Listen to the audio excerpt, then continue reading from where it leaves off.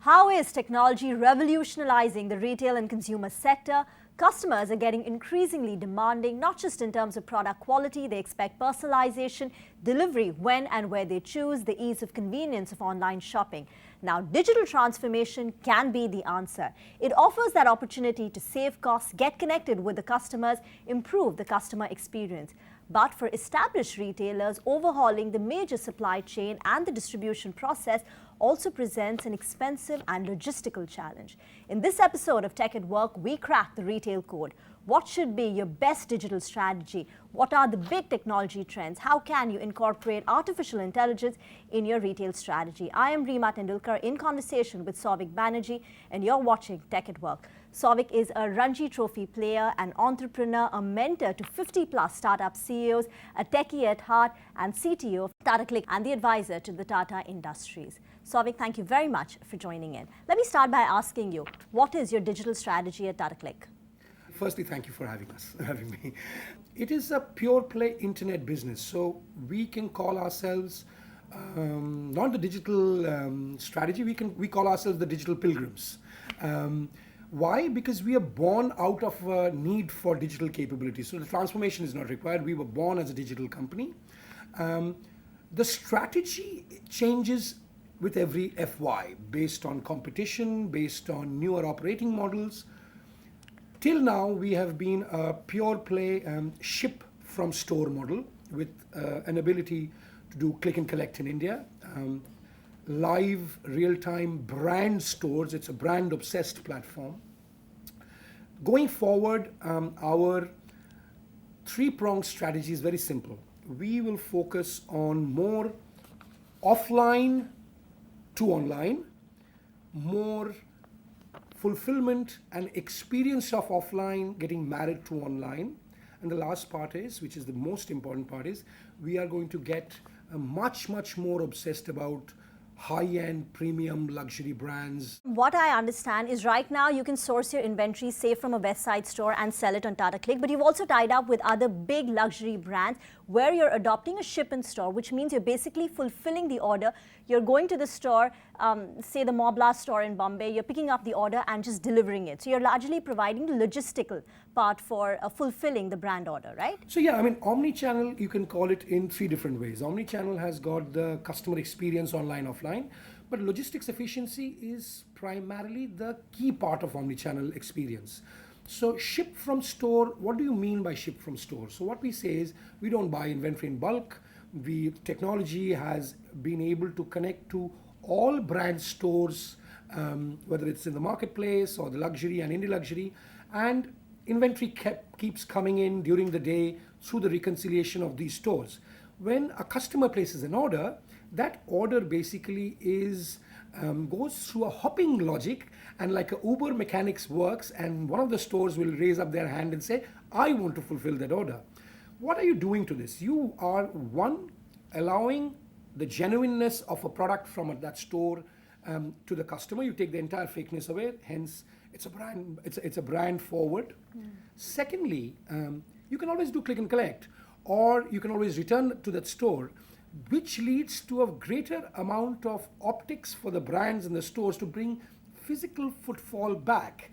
Because, with all the e-commerce capabilities of convenience, the physical footfall back in large, expensive brand stores took a dent globally. And this is way forward for us to also augment the fulfillment plus footfall back in the stores and then connect it back online.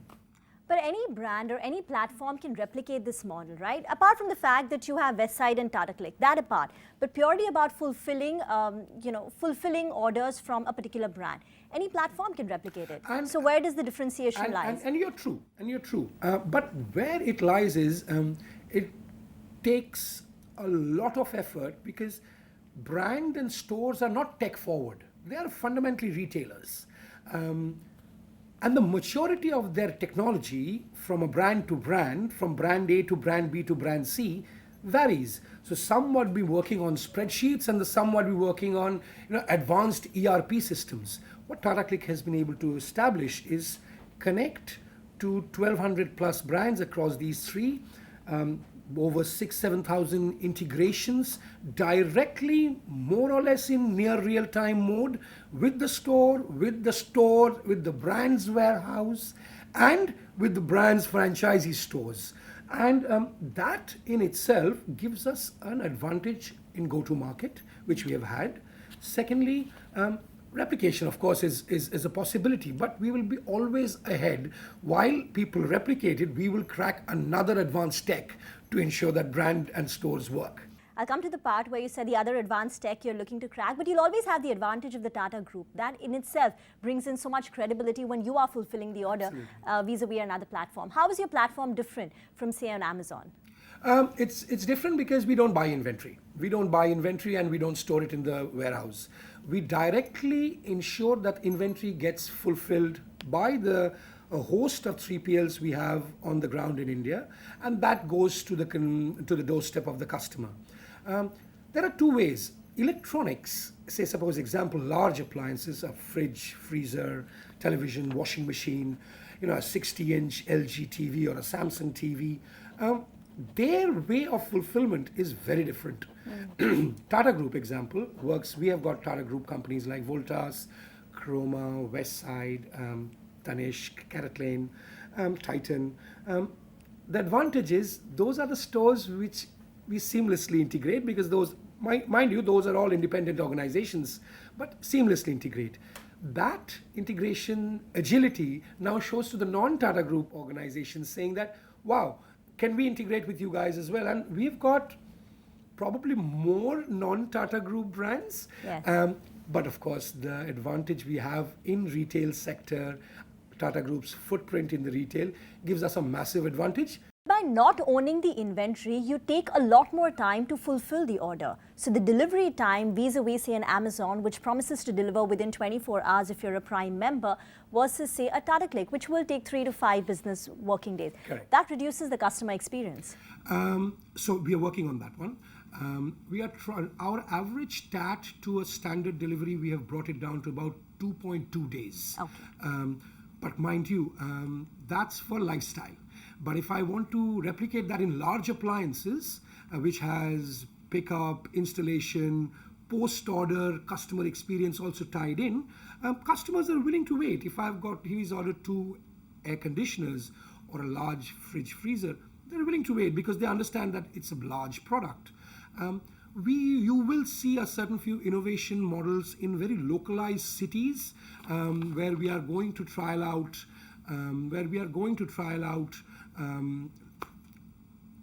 a far shorter TAT. Full form of TAT is? Turnaround time, yeah. Is your model more profitable? Is Tata Cliq profitable right now? Because when I'm comparing it to, say, an Amazon or a Flipkart, for instance, they're loss-making. See, we have an advantage because we are asset light. We are not buying inventory in bulks in millions at the beginning of a financial year. We went live as an organization on the 27th of May 2016. That makes us just over 2.5 years, just less than 3-year-old. The intent is to become EBITDA neutral in the first 5 years. And the reason you can become EBITDA neutral in 5 years is because you're not owning inventory and you're asset light. Inventory owning costs billions of investments, right? That, of course, is one of our biggest advantage. We are hopeful. The biggest online brands are actually owning inventory, so they're not really following the asset light model. Correct. And that's why the online brands are divided into 2. Traditional brands, example, a Westside. Or you can call an online retail brand like a Bombay Shirt Company or the Bombay Watch Company, which is a completely digital brand. The traditional brands, if they want to become tech forward, they have to put a fair amount of capex. And not everybody is an H&M or a Zara who has dedicated tech capex after they have built an H&M or a Zara globally. I was reading an article yesterday, H&M's now going to roll out e-commerce in Mexico. I was fundamentally very part of the original work H&M did. Brands do not want, brands always say, and we look after our brands exhaustively. We bring in traffic dedicated to them, we create their dedicated brand landing platform pages, and the intent is not to just list products of the brands. There's a lot of personal care which we ensure the brands. Dedicated direct digital marketing is given to the brands. That's why the brands are loving us. Brands do not want to invest on too much of tech capex and opex because they want to sell products. They want to get their stores profitable. Where we come in is we sometimes call ourselves as a physical marketplace, and the online is an order taking engine. Hence the brands are saying that you look after our tech for customer acquisition, whereas we focus on design, manufacturing, procurement of the products to the stores, and from there on it's your journey. So it's pretty much what we call an omni-channel. Absolutely, true But traditional now a lot of retailers are going the omni-channel way. Absolutely. Reliance Jio or a Walmart Flipkart. Absolutely. So what is it about omni-channel? Why is it online only strategy not working? And what is the benefit of omni-channel? So certain products people still want to Touch and feel, correct. Clothing, you have a certain amount of apparels which you like. You know your jeans, your sizes, your fitment. I would go for Levi's XYZ. But when it comes to trialing out a new jacket or a It's gown, all about the fit. It's all about the fit. Texture. That's why omnichannel is playing a more important part, the look and feel, the touch and feel, and that's why going forward you'll see a lot of magic mirrors, virtual mirrors coming into play, where people want to basically order and might go and pick it up. So I understand the transition from a physical store to a digital presence, the transition that a physical store makes to omni-channel, because the amount of investment, additional investment Correct. that you have to make is less.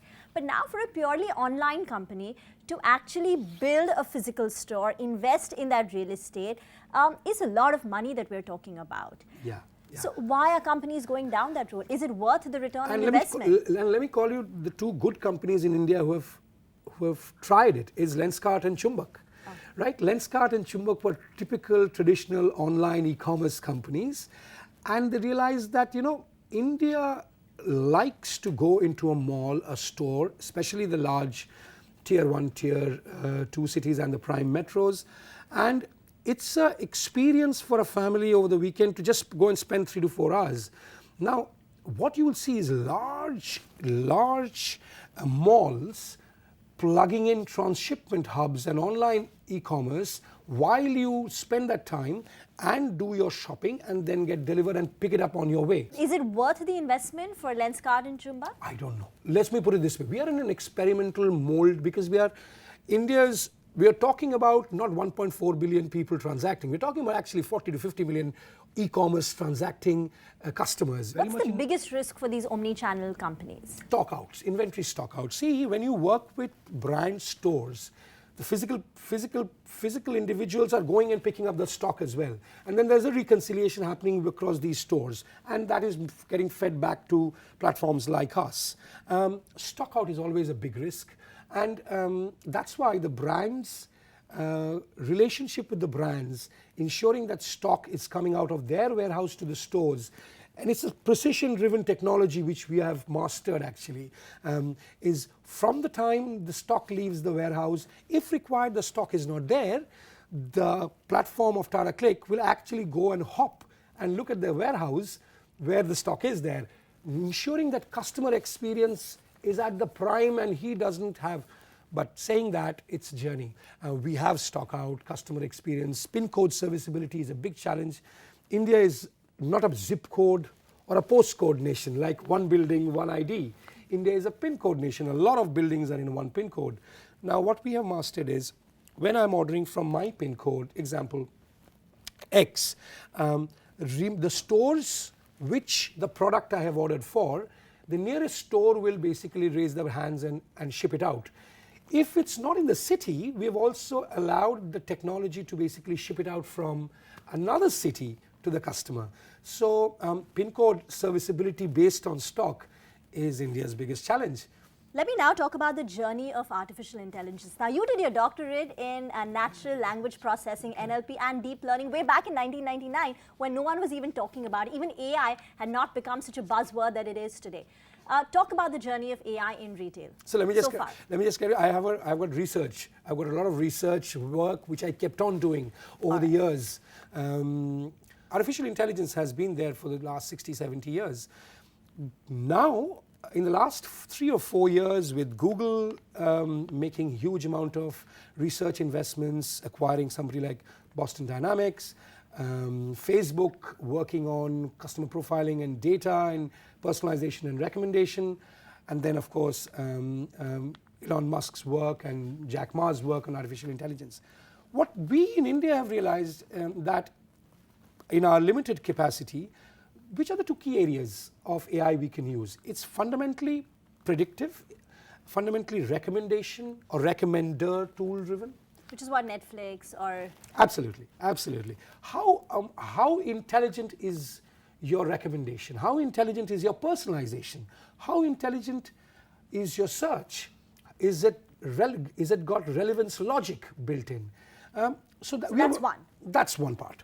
The second part is not the front end part, not the customer facing part, is the part behind for business. Optimizing supply chain. Optimizing supply chain. How can we predict using maybe a random forest or a time series or a Bayesian model to predict inventory of these stores and pricing of these products 2 or 3 weeks in advance and give that data to my category teams and my logistics and supply chain teams so that they can do a fortnight forecasting model and get the team ready. And how efficient is the forecasting model right now, say for your company and the data that you have? Experimentations are going on. We are failing, we are learning, we are again experimenting, getting a little bit of success, then making the data models a lot more efficient. So what have you perfected so far? I think our recommendation models, which we are working with a few product partners, we are getting there. Personalization, again, we are working with a few partners and our in-house team in giving you a personalized experience, even if you have for a logged in or a non-logged in user.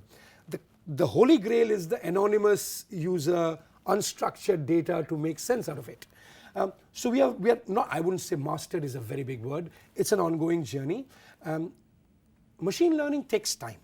Machine learning takes time to understand data, it's not instantaneous. But where can machine learning come into use in retail? It's actually device learning, to be honest. In our case, it's device learning, behavior. Can you elaborate? It's clickstream device learning. So if you're clicking around in your iOS or an Android app, if you're clicking around in your mobile browser, say Chrome or Safari, if you're clicking around in your desktop, the application starts learning your behavioral patterns. So example, I log in and I want to buy a watch, or say suppose Rima logs in, Rima wants to buy a necklace, right? Or you want to buy a pair of shoes and I want to buy a pair of sunglasses.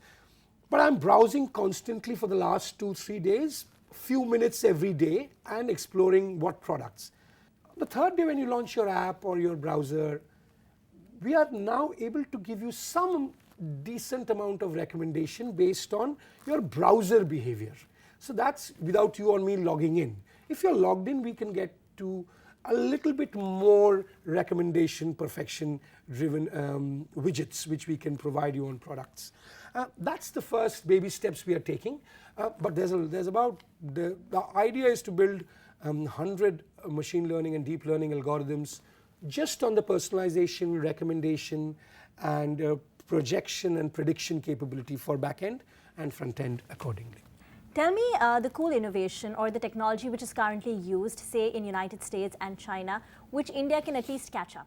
Oh, okay, fabulous. Five technologies. 5 technologies. So I think what China has perfected is an endless aisle model. So if you go into a physical retail store, whether it's a grocery store, China has started to replicate that. You know the customer. You can identify that he's a loyal customer of X. So how does the store recognize? Facial recognition? Facial recognition. So once you recognize the guy, and then there is a notification, predictive notification comes up on your device, you can check out without having a human intervention. You can go to an aisle and you can basically buy and scan. China Pay is doing that with a great product company called Resolve. They can buy and scan, and then all gets through, and then throughout your checkout. No more waiting lines at checkout. Hopefully during Ganesh Chaturthi and Diwali, we'll be able to solve some of this. Self-checkout kiosks. Self-checkout kiosks. Secondly, something which is extremely important is certain products are having a lot of adoption of AR, not VR, AR. Say suppose I want my Bose speakers on the corner of my living room, and I can take a picture. The organic AR capability allows you to take a picture.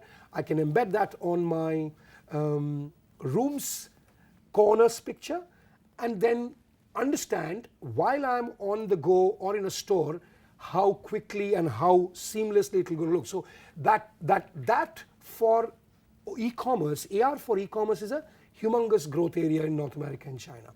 The third technology which I think the Americans and the Chinese are working on is brain computing interface, where they are able to put a nano chip in and project and predict, fundamentally in the healthcare sector. There are many proof of concepts and pilots going on where somebody who is in a semi-coma state and has been non-responsive are able to respond through graphs saying that do you want to eat rice or chapati in the evening. And not all of your brain nerves get damaged if you are in that sort of state. So brain computing interface is going to be the next wave which Chinese and the North Americans are focusing on. Good old tech. In retail. In retail, there are two which is extremely exciting. Tata Cliq is actually on a journey. Is identifying a customer when he's walking around and parking near a mall. Is identification technologies through using Wi-Fi, GPS, Bluetooth, and triangulate that. If you have an app and identifying and human. So I have an app. I have a Tata Cliq app, for instance. So we are trying to build a technology where going forward, if you have been on our platform, you bought something, you added something to the wish list, and say suppose you're going towards the RCT Mall or the Phoenix Mall, we are able to now locate where you are and prompt you that you've got these things in your wish list, would you like to come into this store?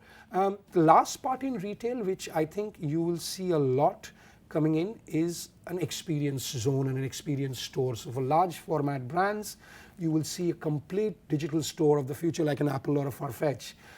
That is going to come to India very soon. It is starting. North Americans have started work on it. The Chinese guys have started work on it. The Alibaba Starbucks is a fabulous use case, how an experience, digital experience and a physical experience is married together. It is the store of the future sort of a concept. How soon can India adopt all these technologies? See, I think India is behind in a lot of ways only because of optical fiber. India has to get on to, India's 4G is actually not 4G. It is, we all know the speeds are of 3G. I mean, we test our sites on 3G actually, because bulk of India is that. India's optical fiber journey, the entire digital India journey, the broadband layout, the infrastructure journey is still 5 to 7 to 8 years away. I wouldn't say 10 years because there's a lot of work going on.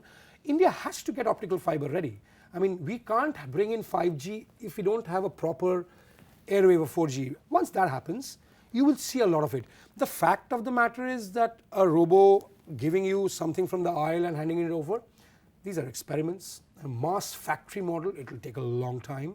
You will more see a lot of platform engagement without physical robots roaming around as humanoids in a bank or a retail. What realistically in 5 years will happen is stores will get tech forward, online platforms will get tech forward, and there's going to be a marriage. Just as we wrap this up, I want you to tell me, it's been 2.5, 3 years at Tata Cliq, the biggest 3 lessons for you. Top 3, biggest 3 lessons for me would be 1, know your customer.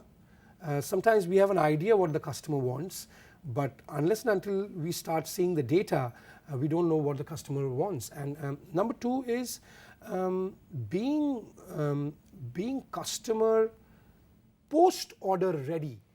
So we always think that the post-order will go into fulfillment, LP will pick it up, but the customer has got various different mindsets. Every individual is different, And now you have social media. They will rant over there. They will call up the call center. So we try and then we hold a huge responsibility being part of the Tata Group. Every customer's issue matters. So working on post-order much more efficiently is the second lesson learned. Third lesson learned is do not... These are maxims, right? These are maxims but lessons, because you can't be ready on day one, knowing that what's the customer experience for various people. So these are lessons which become maxims. The third pure lesson is I came from Western Europe and is the load. When India transacts, when it transacts, we thought Indians will transact during the day, but we realized that Indians transact more between 8 and 3 in the morning. And during a campaign, the load, I have never seen load during a particular 5 minutes or 10 minutes or 15 minutes when a campaign goes live. And I've worked on Boxing Day sales on large e-commerce platforms. India's load management of traffic online is a huge lesson I'm constantly learning. And why is it that we're not able to manage? You remember the Big Billion Day fiasco, and then Flipkart immediately learned, and what a beautiful way they do the Big Billion Day today, and then Amazon do their Amazon sale day. It is at that very given point in time when people are transacting, nothing is happening apart from the physical database is writing with so many concurrent users. Concurrency of large users, how to handle them is an art. Concurrency I had handled, and we all had handled with our backgrounds accordingly, but with every passing day, it's a new learning. And that's infrastructure management in e-commerce is a humongous piece, which an optimization on lessons learned. We do a great amount of root cause analysis on a daily basis, which is helping. Thanks, Sauvik, for your time. So lots of interesting insights coming in on retail, AI and its adoption. Thanks again for watching Tech at Work. I am Reema Tendulkar.